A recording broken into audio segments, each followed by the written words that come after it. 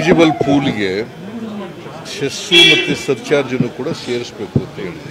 Government of ಇಂಡಿಯಾಕ್ಕೆ ಬರ್ತಕ್ಕಂಥ ನಾನ್ tax revenue, ಆ ನಾನ್ tax ರೆವಿನ್ಯೂನು ಕೂಡ ಡಿವಿಜಿಬಲ್ ಪೂಲ್ಗೆ ಸೇರಿಸಬೇಕು ಅಂತ. ಆಮೇಲೆ ಹೈದರಾಬಾದ್ ಕರ್ನಾಟಕ ನಾವೀಗ 25 ವರ್ಷ ಪ್ರತಿ ವರ್ಷ 5,000 ಕೋಟಿ ಖರ್ಚು ಮಾಡ್ತಾ ಇದ್ದೀವಿ. 5 ವರ್ಷದಲ್ಲಿ 25,000 ಕೋಟಿ ಆಗುತ್ತೆ. ನೀವು ಕೂಡ ಮ್ಯಾಚಿಂಗ್ ಗ್ರ್ಯಾಂಟ್ ಕೊಡಬೇಕು ಅಂತ ಹೇಳಿದ್ವಿ. ಆಮೇಲೆ ಬೆಂಗಳೂರು ಡೆವಲಪ್ಮೆಂಟ್ಗೆ 55,000 ಕೋಟಿ ಆಗುತ್ತೆ.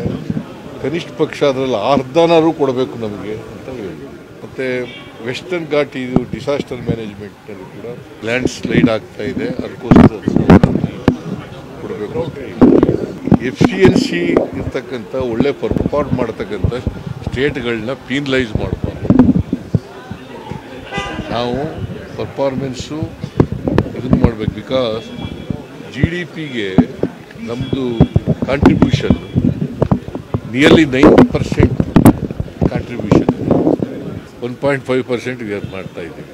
ಸೊ ಅದನ್ನು ಸರಿ ಮಾಡಬೇಕು ಅಂತ ಹೇಳಿದ್ವಿ. 14th ಫೈನಾನ್ಸ್ ಕಮಿಷನ್ ನಮಗೆ 4.713 ಬರ್ತಿತ್ತು ಟ್ಯಾಕ್ಸು ನಮಗೆ ಸ್ಟೇಟಿಗೆ.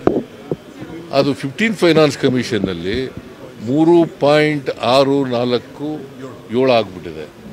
ಸೊ ಅದನ್ನು ಸರಿಪಡಿಸ್ಬೇಕು ಅಂತ ರೆಕ್ಟಿಫೈ ಮಾಡಬೇಕು ಅಂತ ಹೇಳ್ತೀವಿ. ಸುಮಾರು 1.66% ಕಡಿಮೆ ಆಗೋಯಿತು. ಅದರಿಂದ ನಮಗೆ ಒಟ್ಟಾರೆ ಸ್ಪೆಷಲ್ ಗ್ರ್ಯಾಂಟ್ಸು ಮತ್ತು ಡೆವಲ್ಯೂಷನಲ್ಲಿ ಕಡಿಮೆ ಆಗಿರ್ತಕ್ಕಂಥದ್ದು ಎಲ್ಲ ಸುಮಾರು 80,000 ಕೋಟಿ 5 ವರ್ಷದಲ್ಲಿ ಕಡಿಮೆ ಆಗಿದೆ. ಅದನ್ನೆಲ್ಲ ರೆಕ್ಟಿಫೈ ಮಾಡಿ 16th ಫೈನಾನ್ಸ್ ಕಮಿಷನ್ ಮಾಡಿ.